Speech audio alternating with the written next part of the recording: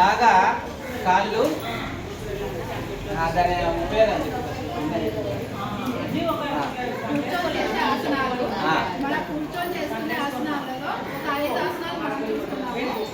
భద్రాసనము, వజ్రాసనము, అర్ధవృష్టానాసనము, వృష్టానాసనము, శశంకాసనము, ఈ 5 ఆసనాలు ఉన్నాయి. వీటి వలన కలిగే ప్రయోజనాలు ఏంటంటే శరీరం దృఢంగా తయారయ్యి మోకాళ్ళు మరియు తుంటికీలు ఆరోగ్యవంతం అవుతాయి. మోకాళ్ళ నొప్పికి ఉపశమనం.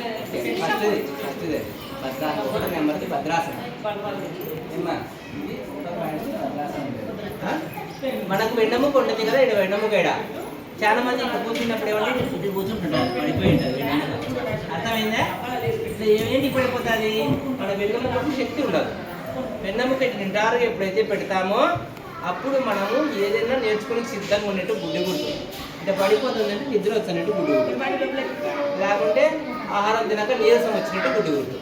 ఇట్లా స్ట్రైట్ కూర్చున్నామనుకో బాగా శ్రద్ధగా ఏంటంటాం, నిద్ర రాదు, యాక్టివ్గా ఉంటాం. మన వెన్నెముక ఇప్పుడు నిటారుగా ఉంటే అప్పుడు బ్రెయిన్ బాగా పనిచేస్తుంది. ఓకేనా? ఇట్లా నిటారుగా ఉండాలంటే ఒక ఆసనం చెప్తాను, భద్రాసనము.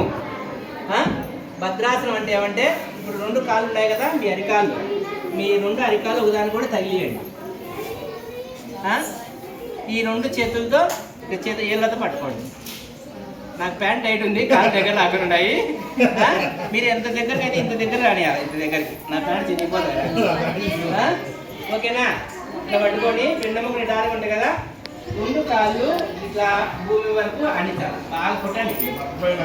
బటర్ఫ్లై ఎక్సర్సైజ్ అంటారు.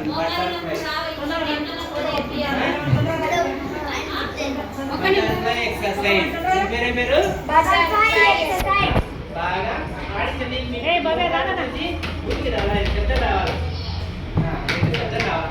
ట్రై చేయండి.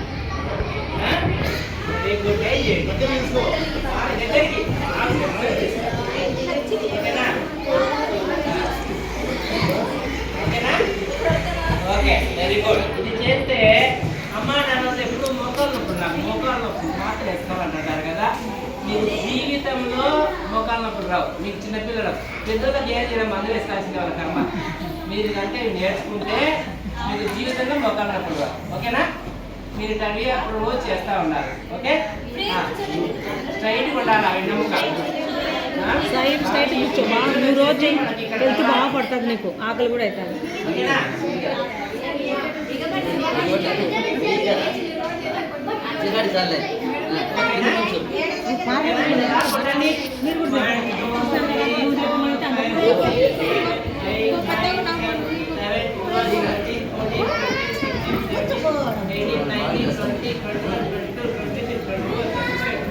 లోపల రేపు మనకి